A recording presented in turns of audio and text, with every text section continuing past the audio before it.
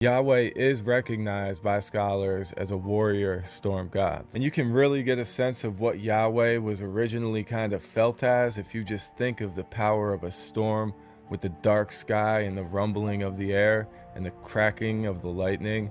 That's the type of feeling, the type of power that these people associated with Yahweh. Across the ancient Mesopotamian world, the gods of fire and storm were a big deal to them, like Baal in Canaan or Adad in Mesopotamia, who controlled rain and thunder.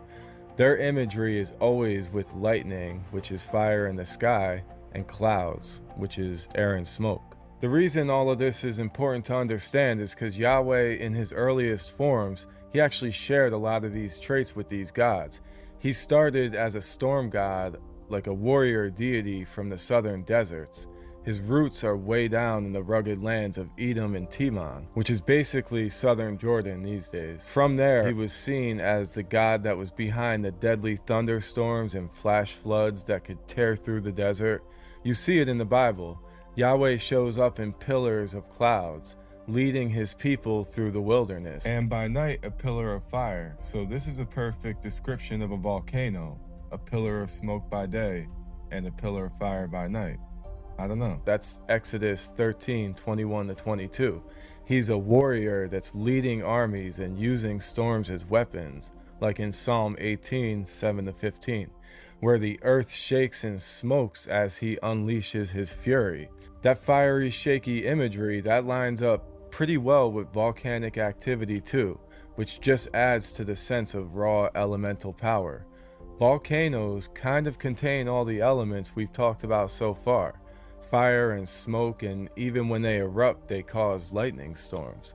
Think about the big moment at Mount Sinai in Exodus 19:18 that says the mountain was covered in smoke because Yahweh came down in fire and the whole mountain shook. Maybe it's just poetic, but it sounds a lot like a volcanic eruption to me. The Bible also mentions brimstone, which is sulfur, that's classic volcano material. Modern scholars say that early Israelites might have associated Yahweh with volcanic power, especially with the geography of the ancient Midian and northwest Arabia where volcanoes were all over. But it's not just around Sinai that Yahweh was associated with volcanoes in the Bible. Yahweh also answers with fire in the showdown with the prophets of Baal and Kings, where he burned up the sacrifice and everything around it. That's destruction, but it's also purification in a way. A volcano wipes the slate clean.